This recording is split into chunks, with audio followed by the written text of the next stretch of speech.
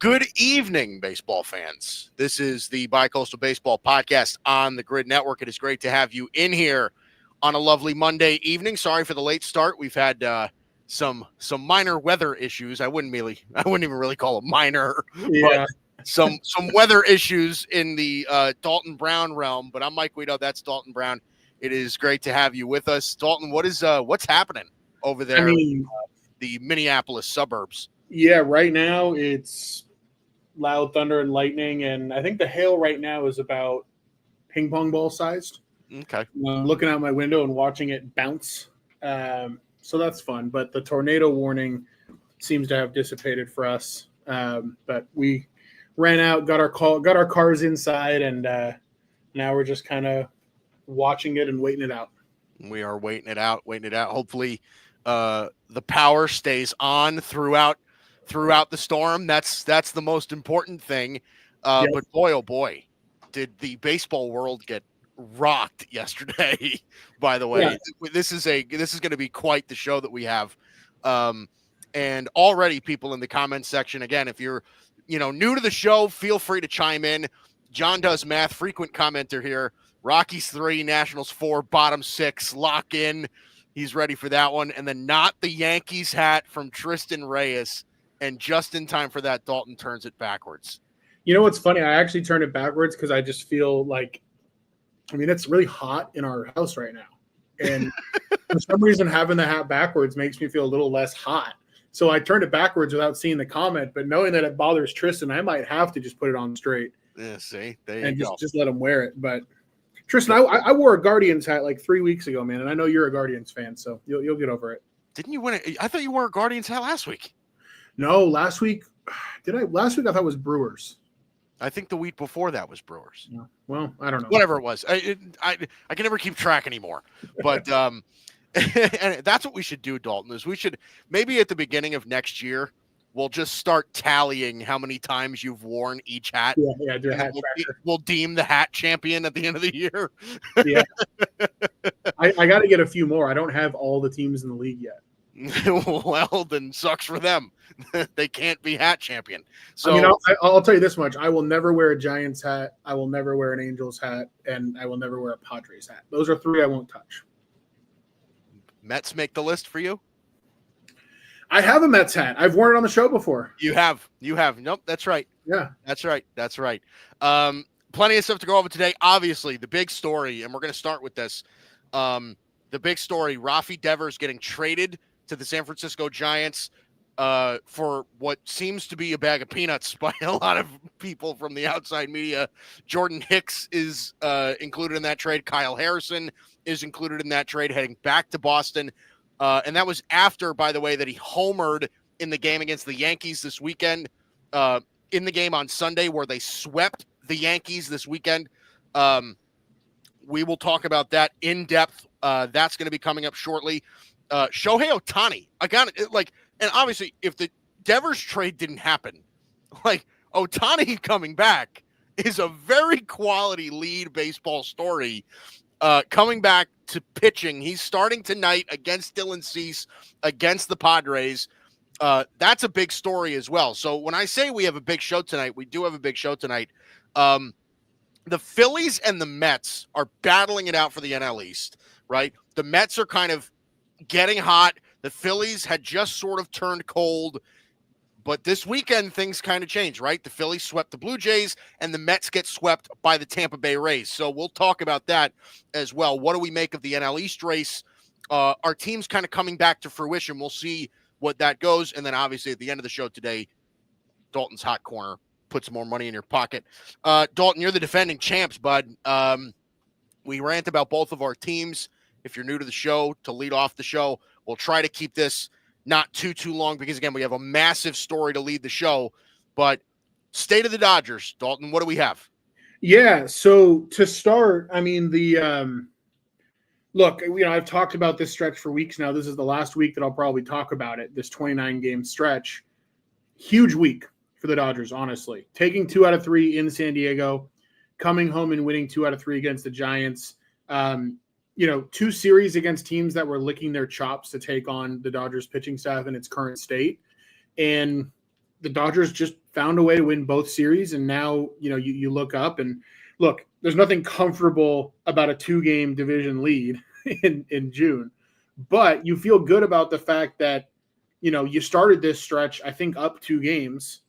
You're currently up 2 games. You're 14-11. They've got 4 more with San Diego this week, and then it's the easiest schedule in baseball the rest of the way.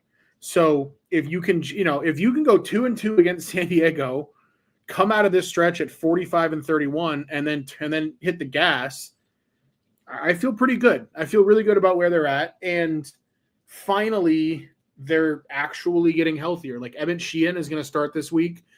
He's a guy that was pretty exciting for Dodger fans in the limited look that we've already had with him. Yeah. Shohei Ohtani starting tonight. He's going to go an inning, maybe 2, probably 1. And so I think it's I'll put it this way. It's not that far-fetched to think that by August or September, you might be looking at that dream rotation where it's Yamamoto, Snell, Glasnow, Ohtani, and then it's kind of whoever the hot hand is after that. Like, could it be Kershaw at this point? I mean, he went 7 scoreless on Saturday against the Giants. Yeah.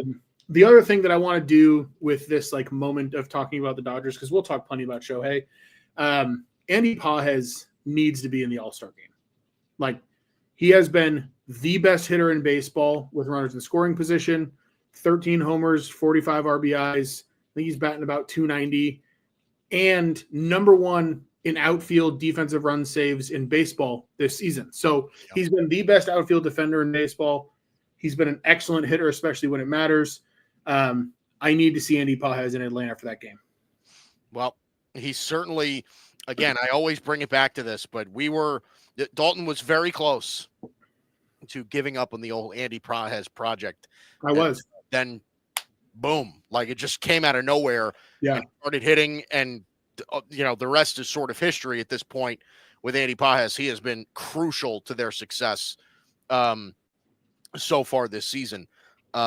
It is, nobody wants the Dodgers to get healthy from a baseball perspective. Nobody wants that. And especially if Shohei is going to be pitching and he's back to his real form. Again, we'll touch on that a little bit later. All right.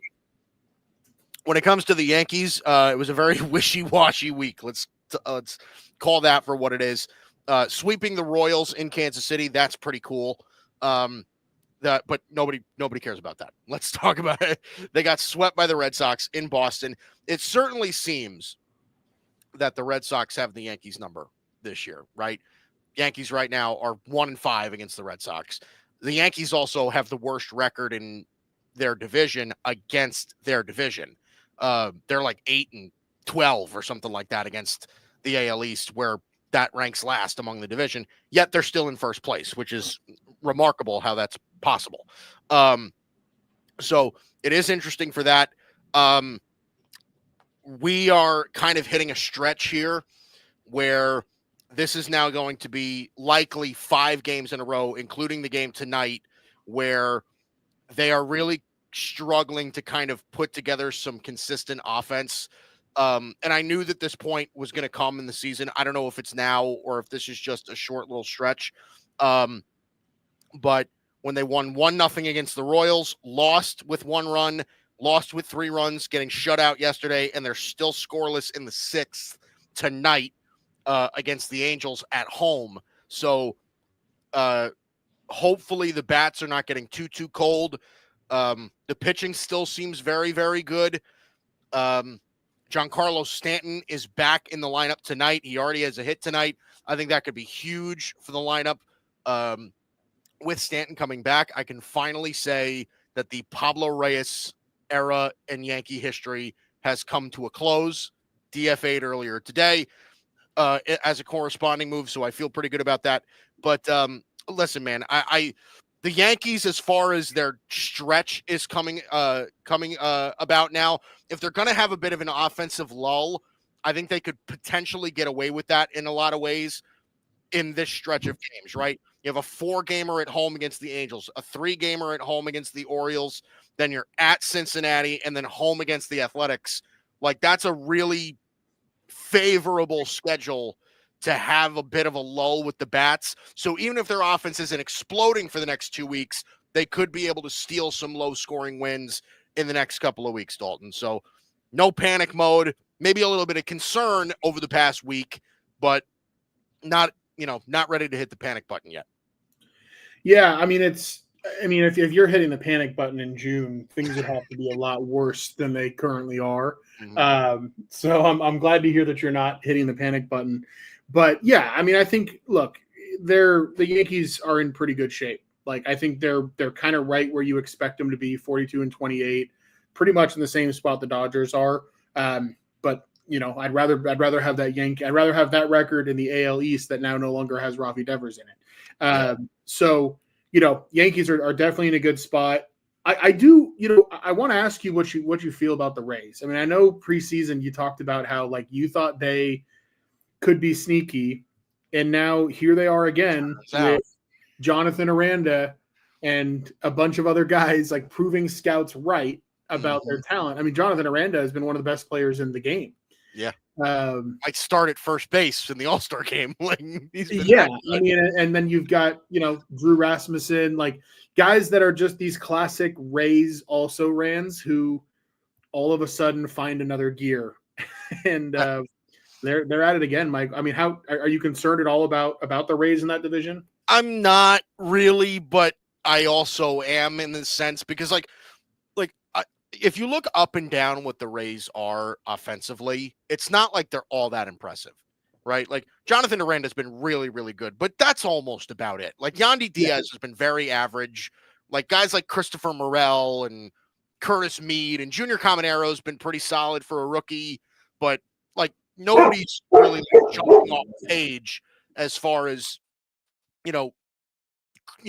going nuts in their lineup. So listen, this was the perfect year. Like I said before the season started, this was the perfect year for the Rays to win the division out of nowhere, right? Because they just have, first of all, they just have that way of having a $30 million payroll, a bunch of nobodies, and then finding out, like, their player development staff is second to none in Major League Baseball. It is unbelievable what they do. Imagine what they could be, honest to God. Imagine what the Rays could be if they spent money. Like, if the Rays spent money, they could dominate baseball for many, many, many years. So I do think that I'm being proven a bit right. And I think the Red Sox, obviously, now, and we're going to touch on Devers in a minute, but them losing Devers, I think the Red Sox are bound to get worse. And the division sort of opens up a little bit more for teams like the Yankees and the Rays. I don't know if I'm a believer in the Blue Jays, but I do think I'm not super concerned as a Yankee fan about the Rays, but I do think that if there is another team in this division that could steal it from the Yankees, it will be the Rays before anybody else. That's kind of how I feel about it. Yeah, I mean, I think at this point that's the right answer. Like, I think, the Orioles have started to play better. I'm not totally counting them out from sneaking back into the playoffs, maybe, but I don't think they're the team. But I think, I mean, honestly, Mike, I would have said the Red Sox, especially after they played this weekend. But right. I mean, we might as well just start getting into the Devers trade. Yeah. Let's discuss that. So, first, let me before I do that, let me give you a short score update. Angels, Yankees still scoreless heading into the 7th. Phillies ahead of the Marlins right now, 3-1 in Miami. They're in the bottom of the 7th. Nationals up 4-3 on the Rockies. They're heading into the bottom of the 8th. The Rays with a 3-1 lead over the Orioles. They're in the bottom of the 4th. Later tonight, Red Sox, Mariners in Seattle. Lucas Giolito, Logan Gilbert on the bump for that. Astros and A's at 10 o'clock. That is in Sacramento. It's Ryan Gusto and Mitch Spence on the bump for that one as well. And then the big one, Padres, Dodgers at Chavez Ravine, Dylan Cease, and Shohei Ohtani on the mound for that game. Okay, let's move to the Rafi Devers trade. So let me just pull up really quick what the full trade was. So Rafi Devers yesterday on Father's Day was dealt to the San Francisco Giants, which first off, let me say, and I will touch on this in a second, I found that to be a puzzling destination for him. Very, very weird, right? Because Matt Chapman's a Gold Glove third baseman. So if they want to play him somewhere defensively, they'd either have to move Matt Chapman or play Rafael Devers somewhere else. So that's something interesting. We'll get into that in a second. But Rafael Devers goes from the Red Sox to the Giants. The return for Boston is Kyle Harrison, one of their high upside starting pitchers, left-hander. Jordan Hicks, who's been in the league for a while.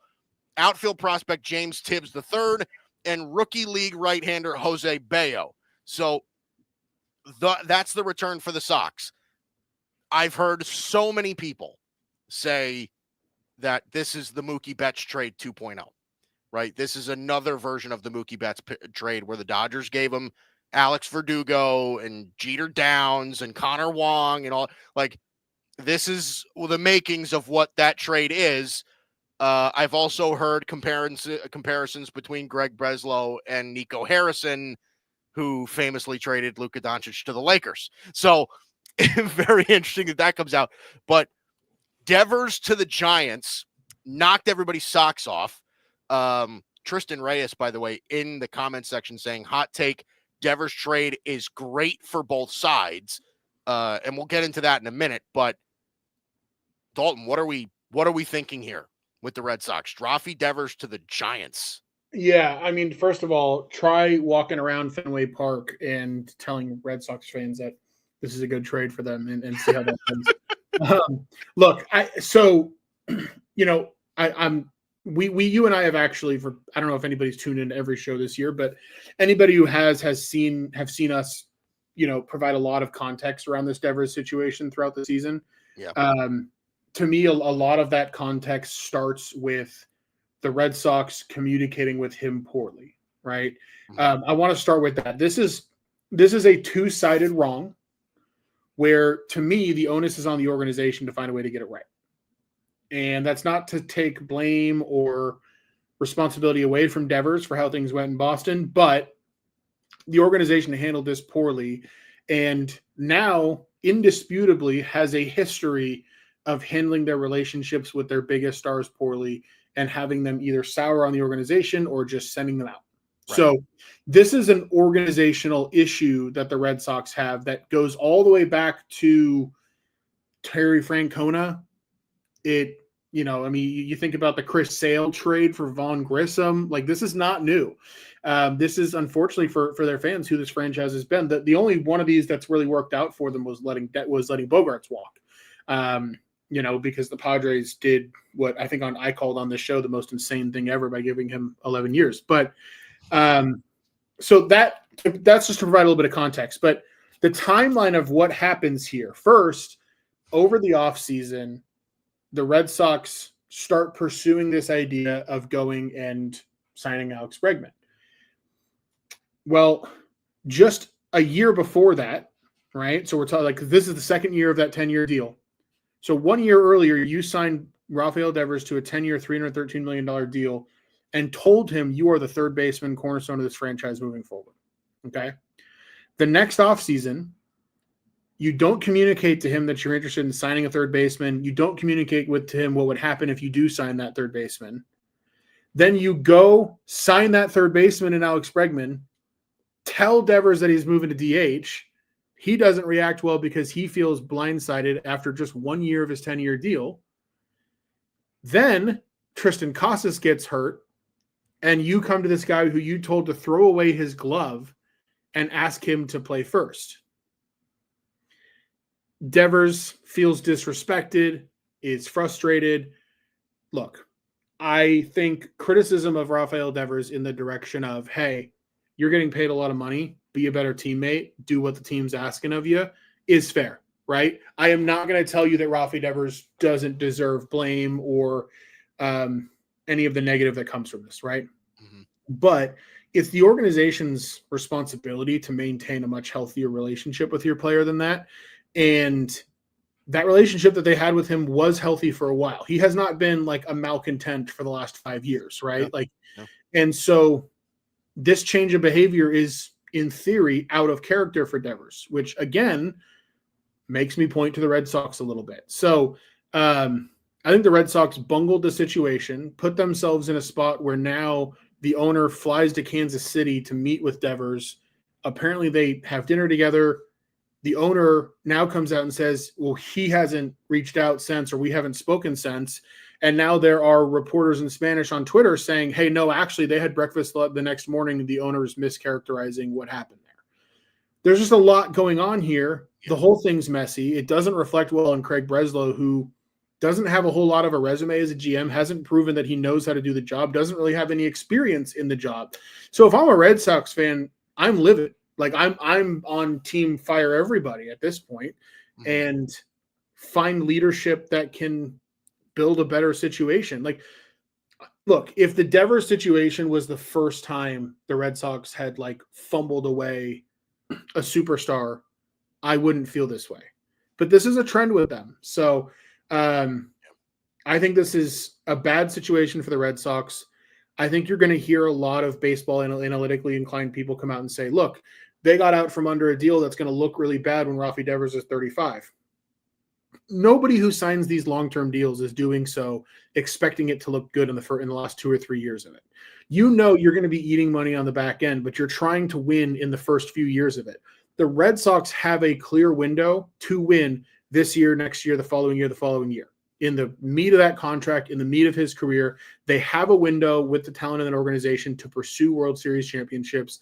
Yep. And now, yesterday, they knocked a little crack in that window. And it was self-inflicted.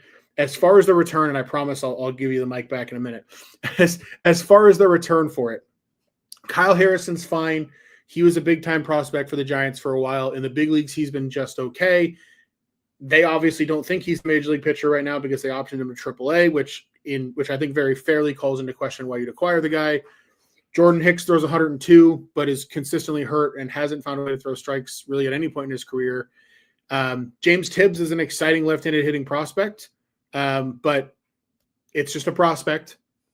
And Jose Bayo is a Class A guy that I couldn't tell you the first thing about. So, I mean, I guess the win is that the Giants are paying the contract, but you were excited about this contract a year and a half ago. So, okay, go ahead. Yeah, it's puzzling the fact that they made the move in the first place, right? The first thing that I thought of was like things in Boston, like for the Red Sox to do this, things in Boston with Devers must have been really, really bad, right? Because like I do think that the Red Sox are a very messy organization right now. And I think a lot of people that follow the Red Sox, cover the Red Sox, would tell you the same thing, right? That they have so many issues with ownership, right? I mean, our buddy Tim Barnard at the Grid has said on several occasions, he's like, I just feel like John Henry doesn't even care. Like the group that owns the Red Sox doesn't even care about the Red Sox. They care about Liverpool. They care about they care about so many other entities that they have going for them. The Red Sox and Red Sox fans feel this. They feel like an afterthought, right? So at this point, every Red Sox fan on earth, I guarantee you, wants to burn Fenway Park to the ground. They are so fed up with what has gone on ever since they won the World Series, right? Ever since they won the World Series, they have been a very middle-tier organization since then, and it has not really gotten any better until about this year, right? Yeah. At the beginning of this year, you've got, listen, okay, we have Devers in the order. You signed Alex Bregman, regardless of how messy that situation was. But from a personnel standpoint, Alex Bregman makes your lineup definitely better. Okay, you sign Alex Bregman. You've got Marcelo Meyer. You've got Roman Anthony. You've got Christian Campbell. You've got so many young players. Jaron Duran's coming off an all-star season. You have all these young guys. You just acquired Garrett Crochet. Like, now you're seeing, like, okay, the Red Sox are kind of back. And we were talking about, like, the Yankees had just went to the World Series. The Red Sox have a real shot at stealing the division from them this year after they lost Juan Soto. Like, every Red Sox fan was pumped for this year. They felt like an underdog. And after sweeping the Yankees at Fenway Park, I don't know, what was it? Less than 2 hours later, he shipped to the other side of the country. You're like, what? Like, what the hell is every Red Sox fan reaction? So I understand all of that. Mark DeRosa said something on MLB Network earlier this morning, and I'm not even saying that I agree with it, but he's trying to make sense of it from a Red Sox perspective. And if you look at the I guess, the factors that play in here, generally speaking, if you were to remove the name from the situation, it sort of makes sense, right? Rafi Devers he's 28 years old, so he's not particularly young anymore, right? Yeah. He's kind of in the prime years of his career now, right? So he's 28 years old. He's a bad defender. He's upset with the organization. Like, okay, like, you could make sense, right? Big contract. You can make sense if you remove the name of that situation. You could be like, okay, like, that's not a terrible situation to get out of, right? But if you bring back what he does for this roster, you're just like, okay, you've really kind of crapped on what this roster needs to do now. Because Rafi Devers, I think you and I could argue, is one of the top, 5, 10 offensive players in the sport. Yeah. But he's not an all-star. This guy's a superstar hitter. Yeah. A superstar. 100%. Like, you're trading away one of the best offensive players in the game. So, like, now Red Sox fans are sitting there like, well, we were excited, but now what? So it's interesting. And I also want to touch on this from a Giants perspective as well at some point.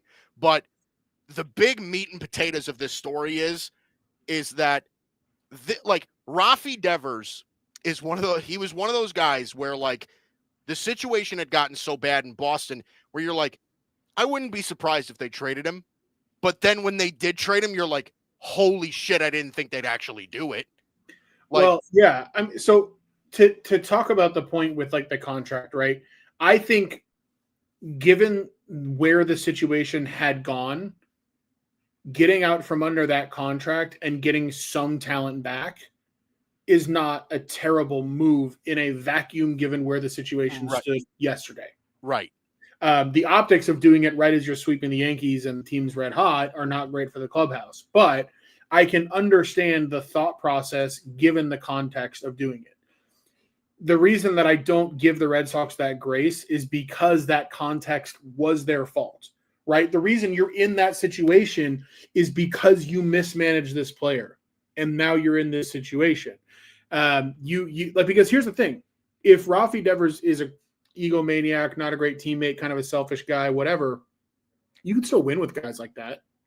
You can, if you know how to manage them. And he hasn't. I mean, Mike, in 2023, if I asked you what do you think of Rafi Devers as a teammate, you'd be like, yeah, I don't hear much. I don't hear much. And he's a quiet sort of guy. I mean, he's not one of these, he's not Fernando Tatis Jr. Right. That this isn't some situation where he's just this unprovoked asshole who's just kind of been this way. Mm-hmm. And so, like, one thing that I think is two things that I want to note about this that I think are really important. One of them is I don't think that it should be ignored that he doesn't speak very much English, if any at all. Mm-hmm. And so the Red Sox are controlling the narrative at an organizational level because they can communicate their position very clearly and paint the picture however they want it to be painted. Rafi Devers doesn't necessarily have that ability at his disposal. And so there's a large instinct within me that's like, well, I don't know, man. Like, you're arguing that this guy had this massive change of character. And I don't buy that. Like, there's a clear paper trail of factors that led us here. Mm-hmm. And so, yes, in the moment of yesterday, it made some sense to do that deal, but the context that led them there was them shooting themselves in the foot repeatedly in their relationship with Rafi Devers. So, it kind of is what it is. Now, I also I want to hear any other thoughts you have on this, but then I want to talk about it a little bit from the Giants' perspective too, because what a win for them.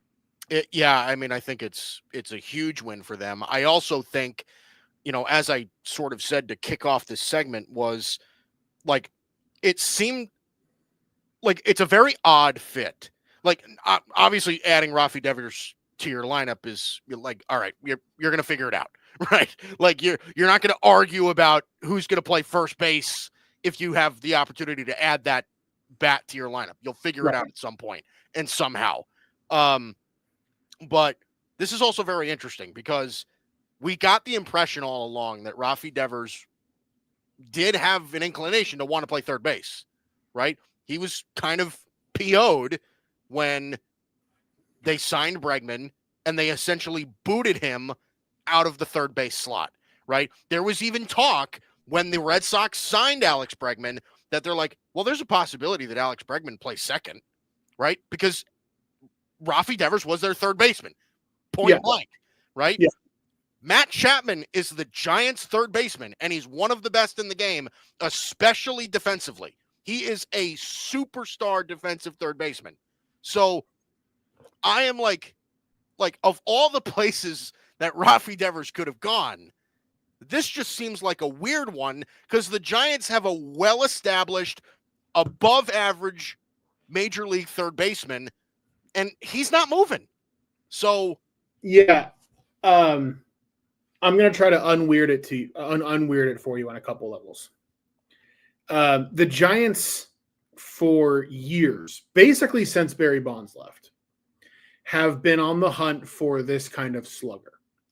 And the problem in their pursuit of Aaron Judge, even though he's from Northern California, in their pursuit of Giancarlo Stanton, in their pursuit of Shohei Ohtani and Juan Soto, they have been involved in conversations on all of these big names. Bryce Harper at that time, they were in on that, right? They have been seeking a big bat in the middle of that lineup for more than a decade. Like this has been the state of their franchise. The problem is convincing a hitter that that's the right place for them to go to continue to put up numbers. It's very hard, yeah. Tough ballpark to hit in. And so from the Giants' perspective, an opportunity comes up where you've got a 28-year-old. He's under contract for a long time. He's comfortably a top 10 hitter in baseball, maybe on the fringe of a top 5 hitter in baseball. Right. And all you have to do to add him is take on a contract that you probably wish he would have signed with you, if we're being honest, and then ship out Kyle Harrison and his almost 5 ERA, Jordan Hicks, who's on the injured list and has pitched horribly, and a couple minor leaguers who may or may not be something. We don't know. It's an amazing opportunity for the Giants. Like you're getting the hitter that you've coveted all this time. Certainly. And you're not having to convince them to play in San Francisco. You're not having to convince them to pay the taxes that come with that, to deal with living in, to deal with that ballpark, right? You're not having to convince them that San Francisco is actually like quite a beautiful city, which it really is, and not like the weird hellscape certain people in this country want you to believe it is. Like, you know what I mean? And so like you're not having to overcome everything that comes with trying to sign free agent hitters to play at Oracle Park. That's a huge factor. The other thing for the Giants and for Rafi, I firmly believe, and I think that it's like, I don't think I'm making this up. I think this is based in like what we've observed. I don't think has a problem with playing third, with DHing, or with playing first, like in a vacuum. He had a problem with being blindsided with those things and being miscommunicated with. At least that was my read on the situation. Mm-hmm. Now you're in a new organization in San Francisco where the well is not poisoned. Both sides are motivated to approach this amicably and figure out a way to make it work. Like you said, with how good of a hitter he is, they will make it work. But I would not be shocked if the Giants go to Rafi and they say, look, we have the best defensive third baseman in the game in Matt Chapman, but your bat is way too valuable for us to not have in our lineup. We will DH you for as long as we need to until you're comfortable playing first base. Yeah. We're going to give you all the time you need, even if that's until next season, to figure out how you can play the position and be confident at the position. we're not going to do what the Red Sox did and just ask you to all of a sudden start playing it. Right. Because, I mean, look, part of this is Rafael Devers doesn't want to go play a position he's never played and be embarrassed. Like, I think that's part of it. So I think the Giants can start with a fresh slate, open up a clean line of communication with him, and I think they're going to come up with a really good plan moving forward, whether it's him at first, him DHing, or whatever it ends up being. Yeah, I mean, I think I agree. Yeah, well, like I said, they definitely are going to, like, they'll find a way to get the bat in the lineup. Like, they're not acquiring him just to, whatever. But they certainly, if you're getting a player like Rafi Devers, defense is not your first priority. You are getting him for the stick. Yeah. And I would bet dollars to donuts that he'll end up playing first for them. Right. Yeah. They just DFA'd Lamont Wade. Right. Like they right now they've got Dominic Smith playing first. Yeah. Like they'll figure out a way to get him reps at first. So the fit there makes sense. But, and like I said, I've had this sort of position on this for a while when it came to Rafi Devers, where like it made sense to me that the Red Sox definitely butchered the way that they handled this whole thing with him communicating and everything like that. I do think that Alex Bregman, in a way, kind of fell into the Red Sox lap. But even with that, just say, listen, Rafi, we're thinking about bringing in Alex Bregman. Let's see if we can find a way to get you reps somewhere else, because this guy's a Gold Glover and, we think he's going to make our team better. Even if they took those steps, I think this situation probably cleans itself up without a doubt. And Devers probably isn't a Giant today. The thing is, though, is that, again, for me, like, if he didn't really care about playing third and he was more just like upset about how the Red Sox communicated it, like, I don't know that it needed to be like, and maybe it wasn't, and maybe it didn't mean for it to be that way, but then it's just like, why the big stink? You know what I mean? Like, if you didn't care about playing third all that much, we're like, all right, you're okay with playing first for the Giants, but like with the Red Sox, fuck you guys. Like, I want to play third. Like, is that really what the situation is? Or like that's why, like, this whole thing is so, like, the way it was reported, like, even like you said, the way it is reported in Spanish and the way it's reported in English are two different sort of deals. But it's like, so here, I'll pull up a comment here. Tristan saying he wanted to play third for Boston. Now I don't think he cares. Well, if he wanted to play third for Boston, I would imagine that kind of carries over. But do you understand what I'm saying? Like, I'm trying to get there. And I mean, I understand what you're saying. I think it's a combination of things, right? I think part of it is because the Red Sox didn't communicate things well to him, a bitterness started to form there. And to not only be like, oh, hey, I know we didn't tell you we were going to do this. In fact, from what I heard, they told him they weren't going to do this. I know we told you you're going to be our third baseman in the future. We told you didn't have to worry. We went and signed a third baseman. Now you're going to be a DH. Sorry. Frustrating for him. And then a few months later, it's, oh, by the way, our first baseman just got hurt. Let's start playing you at first. Wait a minute. I've never played first. And you told me to throw my glove away. Like, I think it's two things. Not only was that well between him and Boston so poisoned that, like, it just wasn't going to happen and he wasn't okay with it.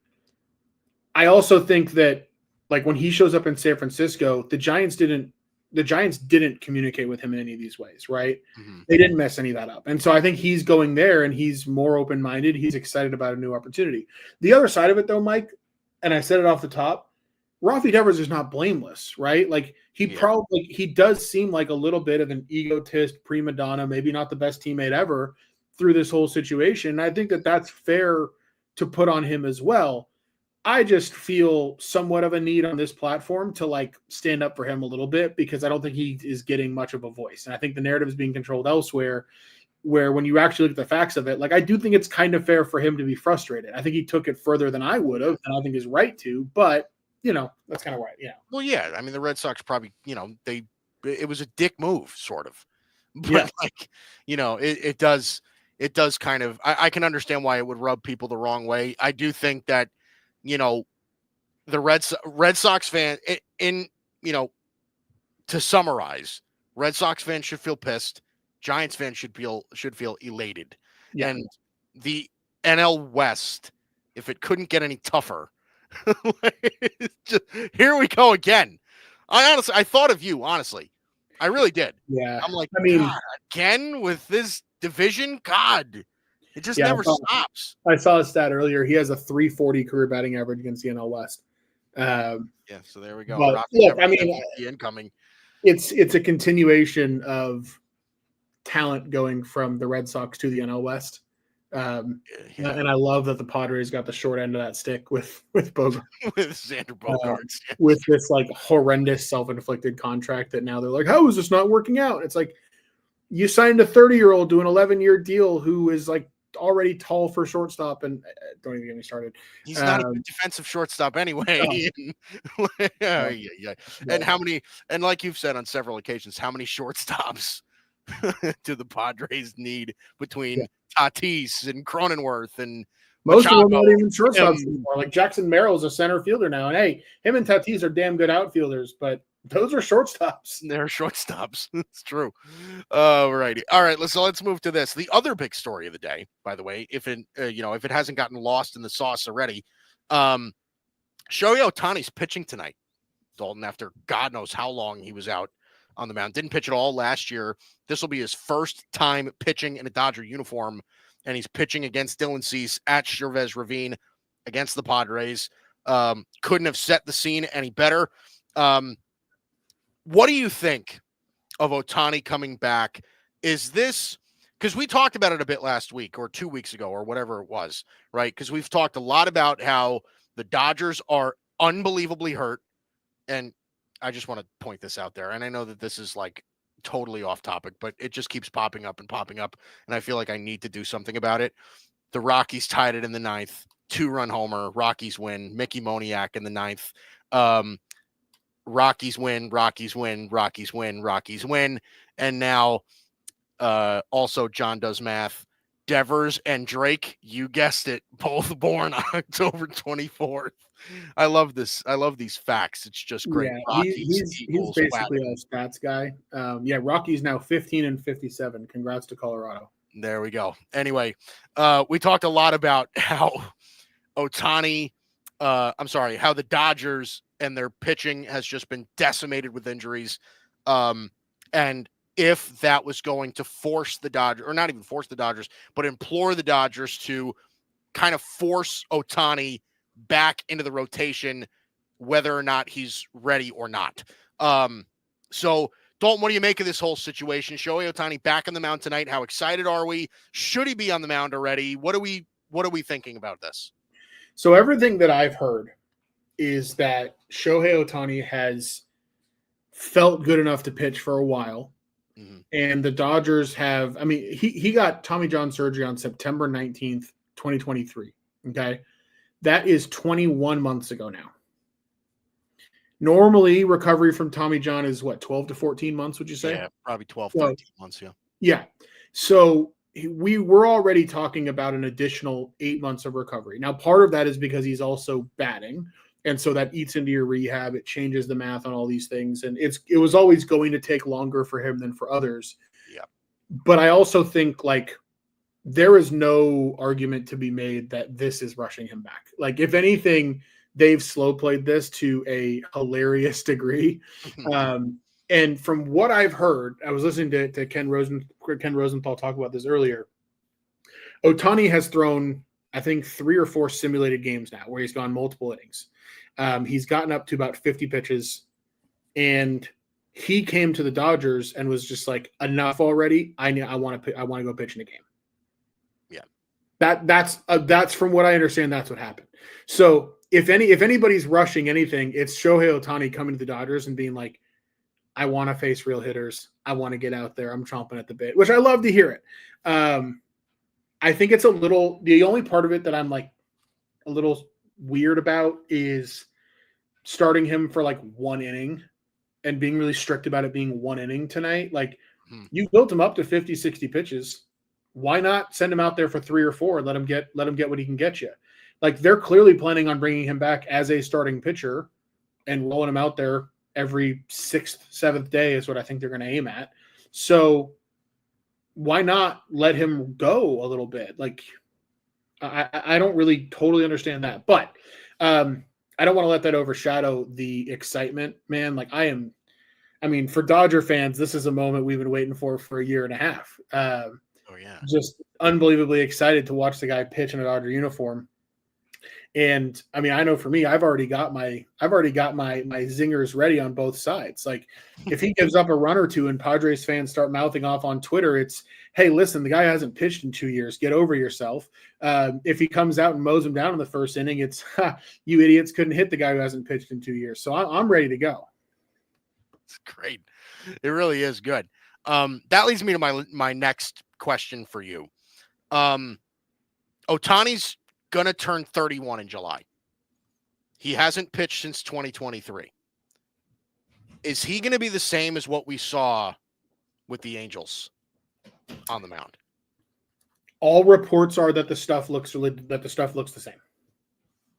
That's what we're hearing. Yeah, because that's the question for me. Is that does Ohtani come back? Because Ohtani was very, very good, right? Yeah. When he was with the Angels, and that's obviously keeping it pretty PG as far as that's concerned. He had a 2.33 ERA in 2022, a 3.14 in 2023. Even if he's not what he once was as a pitcher, and he gets to 3.8 or something like that in ERA, that's still a very valuable, a very, very valuable starting pitcher in today's league. But this also opens up a bunch of questions with the Dodgers, right? Because they do need to now manage him differently, right? Dave Roberts needs to figure out how to manage him differently because he's not going to have him as a DH every day anymore, right? And I always found it difficult to manage Shohei Ohtani on MLB The Show, right? Whenever he's on my team, just because okay, I want him in the rotation, but I also need him in the lineup, and he's only got so much energy and all that stuff. Like if I use him today, then he's only going to be able to go 4 innings tomorrow. Mike, you're doing it wrong with MLB The Show, by the way. Yeah. Turn injuries off and just run these dudes into the ground. They're video games. Okay. But go ahead. Continue. Yeah. Bench Graham Mertz, right? Bench Graham Mertz for DJ Lagway. Yeah. And DJ Lagway. Yeah. Easy decision. Speaking of which, I do think that this is something that Dave Roberts will end up needing to figure out. Yeah. And I'm sure it's something that he's, kind of been prepared for a long time, but also at the same time, it's like we projected that when the Dodgers signed Ohtani and we knew that he wasn't pitching, you were thinking, okay, this guy's going to have all this time to become the absolute best hitter in the game, right? And we were sort of right? Yeah. I mean, outside of Aaron Judge, Shohei Ohtani's been as good a hitter as there has been in baseball, right? Over 1,000 OPS. He is an absolute monster. Okay. Is Ohtani going to even be the same hitter that he was now that he's going to be pitching? So again, I'm not saying let's, like Ohtani's going to have a 650 OPS now, but again, we're kind of, I'm picking at stuff, but at the same time, it's it's stuff to think about, I think. Yeah. I mean, we're not going to know any of these answers until we kind of watch this unfold over the next probably 2 months. Right. Yeah. I don't think that the hitting, like whatever adjustments or improvements he's made to his swing, I don't think those things go away. Now he's going to go from taking basically 0 days off from DHing. Like the Dodgers don't sit him. He plays every day. Yeah. To inevitably, I would think at least once a week, you got to just have him down, like just not involved in a ball game. So that changes things a little bit. I think the Dodgers offensively are in a position to comfortably weather sitting Ohtani once a week. Like I don't think that affects the team in any profound way. Mm-hmm. Does it affect him as a hitter? I don't know.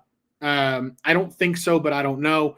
As far as pitching expectations for him, I think for tonight's outing, the expectation is like can you just get through it healthy? Are you throwing hard? Does your stuff look sharp? Are you throwing strikes? Like, if he gives up a home run to Fernando Tatis Jr. because Ohtani wanted to get a fastball over for his first pitch in 2 years and Tatis is sitting on it, like, fine. I can live with it. You know what I mean?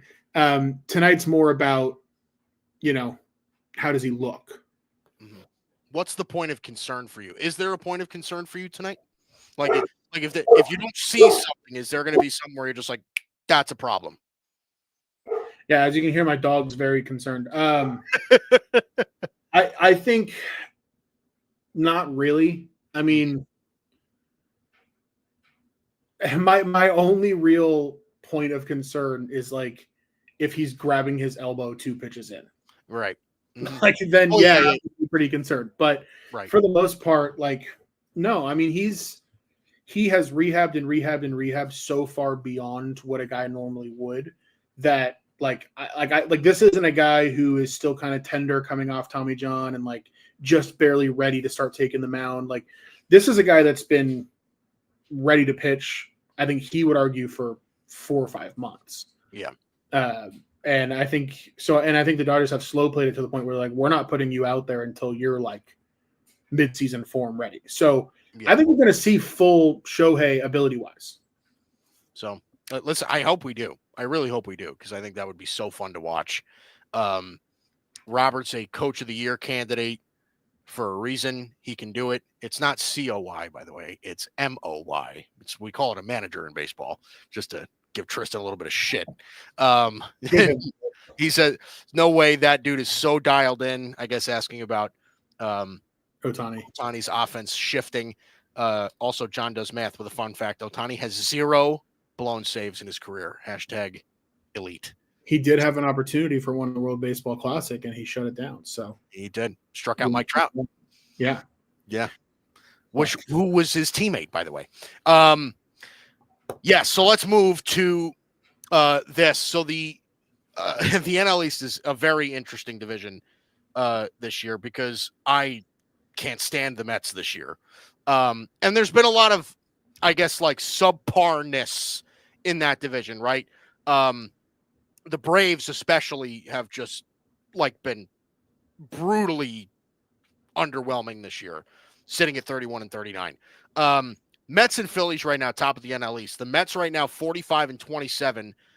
Is that the best record in baseball at the moment? It might be. No, the Tigers have them by a half game. So the Mets right now, 45 and 27. They're in first place in the NL East. The Phillies, 42 and 29. They're 2.5 back of first place in the NL East. And this is coming at a big time here for the Phillies, because they just swept the Blue Jays. The Mets just got swept by the Tampa Bay Rays. So this is some sort of situation here, Dalton, because, this is, I think you and I can kind of already predict this is going to be one sort of tug of war to, as you phrased it, sort of a tug of war, to the end of the year of who's going to win this division. What do we make of the NL East? Have we kind of changed our opinions about where the NL East should fall? What sort of feelings are you getting right now from this division and this division race? Yeah, I mean, so to kind of set a little bit of context up regarding that, you and I both were of the belief that the Phillies should be the favorite in this division and not the Mets going into the season. Yep. I think I respect the Mets as a contender this season more now than I did preseason. And when I say contender, I mean like World Series contender. Like, I think they're worthy of being taken a bit more seriously now. We've seen the pieces come together. And I think what their pitching, especially this year, has done is very validating of what their pitching did last year regarding their ability to get the best out of guys. And so now that becomes a real factor of like, hey, the Mets are going to turn Tyler McGill into like a top half starter in a rotation. The Mets are going to turn Griffin Canning, at least for short stretches, into an all-star looking pitcher. And so I think the Mets do deserve credit in that sense for what they're starting to build. But Kodai Senga just went on the injured list. You've got Sean Manaea still not on the bump yet. Frankie Montas just came back, but I don't know if that's a good thing. Paul Blackburn has looked shaky at best since he came back. look, the problem with this rotation the whole time is that you need Sean Manaea and Kodai Senga to be like ace one and ace two. And if neither one of those guys are available, all of a sudden that rotation gets really thin in a hurry. Mm-hmm. And their bullpen has started to show a little bit of wear. And so I think the Mets are good. I think they're going to be in it the whole way. I think they're at the very least a wild card team at this point. Like, I don't think they're going to fall totally off the map. Yeah. But if you're asking me today, hey, Phillies are 2.5 back, who do you think wins the division? I'm still taking the Phillies. I think the Phillies are just a better positioned roster overall. And I know Dave Dombrowski is going to be aggressive in adding to the Phillies. I think Steve Cohen will be too. But I'm a little bit more confident still in Philadelphia. This week's going to be really interesting. The Phillies are down in Miami taking on the Marlins. They're up 3-2 in the ninth right now. And then the Mets go to Philly over the weekend. Yeah. That's a big opportunity for the Phillies. I mean, they could grab first place by the end of this week because the Mets are going down to Atlanta to take on a Braves team that obviously has not played good baseball, but is very talented, is healthy, is desperate, and is playing at home.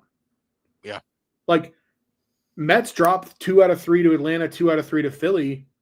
This division's probably in a dead heat going into the rest of the season. So I don't think we've learned a whole lot yet about either team, about like who's going to win the division. But to me, I'm still sticking with my priors. I'm still taking the Phillies. Yeah. So every Met fan I know hates me because I keep putting a damp towel on their expectations. But I still hold the same concerns now than I did earlier in the season. Okay. And before the season. And it was all about their pitching, right? It was all about, even if their pitching does well early, is that sustainable? And I've said that to every person I know when in regards to the Mets. Is David Peterson really a 2.5 ERA guy? Maybe. I mean, he's young enough to, sort of have that, I guess, reasoning behind it. But is he really a 2.5 ERA guy? I don't know that I'm willing to bank on that. I'm a Yankee fan, okay? I watched Clay Holmes for several years put me into near cardiac arrest because of what he did in the ninth inning. I'm begging people to just wait on Clay Holmes over the summer. I just am, okay? And maybe I'm wrong. I will gladly admit that if I'm wrong. But you make a very good point. Kodai Senga's down, and I think he's going to be down for a while. Like, I don't think that this is going to be like he's out for 2 weeks. I think he's going to be out for 3 months. Like, it's going to be one of those injuries, I think, for Kodai Senga. I've just had this, because what Met fans have kind of clung on to is the pitching lab, right? What they call the pitching lab. They develop pitching very, very well. And that's something I can't take away from the Mets. They do. They very evidently do. They develop pitching very, very well. But even with that pitching development, do you really expect Griffin Canning to be a stud the whole year? I don't know that. I mean, think about it.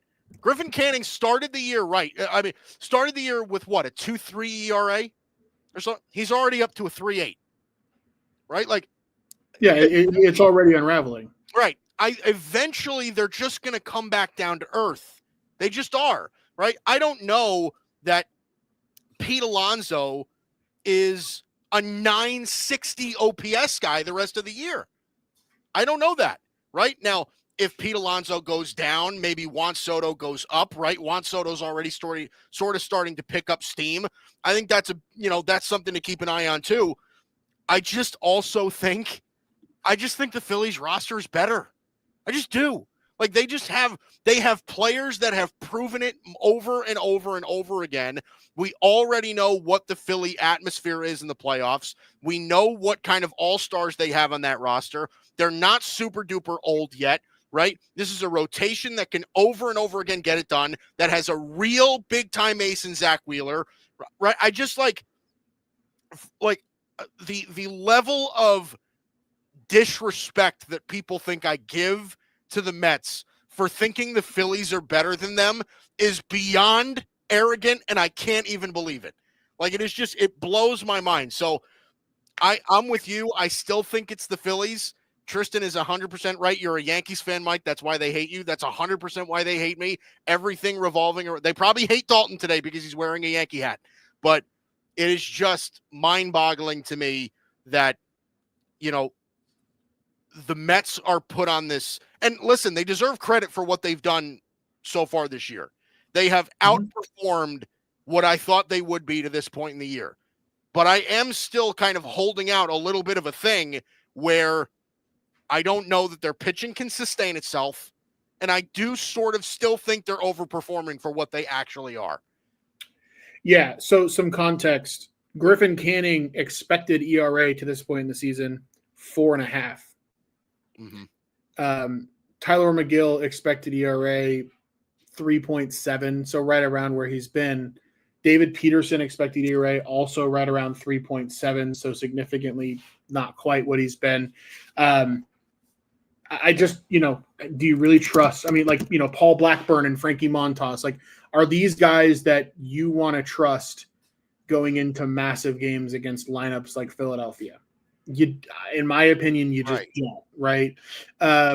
So I think how I feel about the Mets as we head into the home stretch of the season is going to have more to do with what do they do pitching-wise at the deadline than anything. You're right, yeah. Because I think, look, they rolled into the playoffs last year with a very similar rotation to this, made it into the NLCS, and then looked overmatched. Right. I think that's their ceiling if they don't do something about the pitching. Yeah, I agree. I think there's a hard ceiling for me for the Mets. I don't know, and I know every Met fan hates me. I get it. But I don't know. I think that there is a legit ceiling to them. I still think that Philadelphia is better than they are. And when you get down to brass tacks, I think that's what you're going to see come playoff time. I definitely think the Mets are making the playoffs. Yeah. I'll tell you that. I think they're definitely making the playoffs. But I also predicted that at the beginning of the year. So that's not so far of what so far off from what I predicted early on. But how much better are the Mets than the Cubs? Who says they are? Well, that's what I'm saying. Is are they? I don't know. Well, I think I like the Cubs better right now. Mm-hmm. I mean, they're built similarly, right? They're both teams that have a lot of shakiness in the pitching on the pitching side. But the Cubs have a legit ace, right? Shohei Ohtani is an ace. Yeah. I think I'd take the Cubs right now. I would too. I mean, look, these are both teams that are good. I'm not I don't want it to make it sound like the Mets aren't good. They're good. Yeah, but I don't know. Yeah. Listen, well, time will tell, but an interesting conversation to be had as far as the NL East is concerned. Okay. Before we get into the hot corner, we'll give you one more score update. Right now, so the Rockies did, as we pointed out earlier, the Rockies did win it over the Nationals in Washington 6-4. That game came to a close. The Yankees right now threatening in the bottom of the ninth against the Angels. It is still 0-0 in the Bronx between the Yankees and the Angels. They do have a runner on second with nobody out, so hopefully that ends up in a walk-off. Phillies right now up on the Marlins 5-2 in the bottom of the ninth. With the Marlins, it's 1 out. That game is going to come to a close shortly. The Rays with a 7-1 lead over the Orioles. That is in Tampa in the top of the 8th. And then again, tonight, Red Sox, Mariners. That's in Seattle. It's Lucas Giolito and Logan Gilbert. Logan Gilbert may be one of the front runners for AL Cy Young. He has been absolutely fantastic this year. The Astros and A's, that'll be in Sacramento. That's Ryan Gusto and Mitch Spence on the bump for that one. And then the Padres and Dodgers, again, big story of that game is Dylan Cease versus Shohei Ohtani making his first start in Dodger blue. Okay, Dalton, what do we have for picks? We head into the hot corner. What do we have? Had to unmute myself after my dog was losing his mind again. But okay, so kind of an anti-homer pick tonight. And it's one that it was kind of bouncing around in my head earlier, and then I saw John Borger log it. John Borger means John Does Math. He's a good friend of mine. Saw him log it as a bet that he actually made. And I think it's a great bet. And I followed him on it, and I'm on it as well. And that's Shohei Ohtani to walk a batter at plus 135. Wow. Like it's just a matter of adrenaline. Hasn't been on the mound in a long time. Facing this, a pretty electric top of the Padres lineup. I think he's going to want to be really precise. I think there's going to be a little bit of nerves. Yeah. Wouldn't be surprised, especially the first two hitters, if he issues a free pass and kind of works his way out of it. I think getting that at plus money is pretty good value. I think there's a pretty good chance he walks somebody in the first inning. I wouldn't suggest betting that, like betting overs on his walks in his future starts. He's 2023, he was 91st percentile in avoiding walks. So he's a strike thrower, but I wouldn't be surprised if tonight is a little shaky out the gate. So interesting bet there. That's interesting. That's an interesting. You don't usually throw stuff like that out. That's pretty fun. I mean, and look, part of it for me is we do our show so late that there's only really West Coast games for me to look at. Mm-hmm. Unless I want to start looking at tomorrow, but I'd have to do that while we're on air. And so it can be, you're dealing with a small amount of things to pick from. And so when I see something like that, I'm going to give it out. Yeah. See, there you go. I appreciate it. Are you a prop bet guy or are you not really a prop bet guy? I'm a prop bet guy in football. Like Sunday, I'll have, on an average Sunday, I have probably 30 bets going. Mm-hmm. And about half of them are props. Baseball, rarely. Mm-hmm. It's baseball's too volatile for prop betting. So John Does Math. I want to close the show with this today. John Does Math. I should have bet the over on number of Dalton hat turns today. Front, back. That's how you can tell that I'm like uncomfortably hot, and because it's just really muggy here with the storm. So that's how you can tell that I'm uncomfortably hot as I keep giving my head some air. Yeah, Tristan, that's what I'm saying. John could make prop bets on hats, turns, comments, etc. It's great. We have a great audience. It really is fun stuff. All right. That does it for us. That's Dalton Brown. I'm Mike Guido. This is the Bicoastal Baseball Podcast on the Grid Network. You can catch us every Monday, 8 p.m. Eastern. Make sure you tune into that. Make sure you tune into all the content on the Grid Network. We've got some new stuff coming up, by the way, in the coming weeks. So make sure you tune in for that as well. Maybe even some gambling stuff. So if you're into that, make sure you tune into that as well. But stay safe out there, Dalton. Please, try to keep your windows from breaking. Things have calmed here for now. We're still in a tornado watch for a little longer, but things are a little more calm here now, thankfully. Very good. John Does Math says good night to the Colorado Rockies. Can't leave a show without saying good night to them. But all right, that does it for us. We'll see you next week.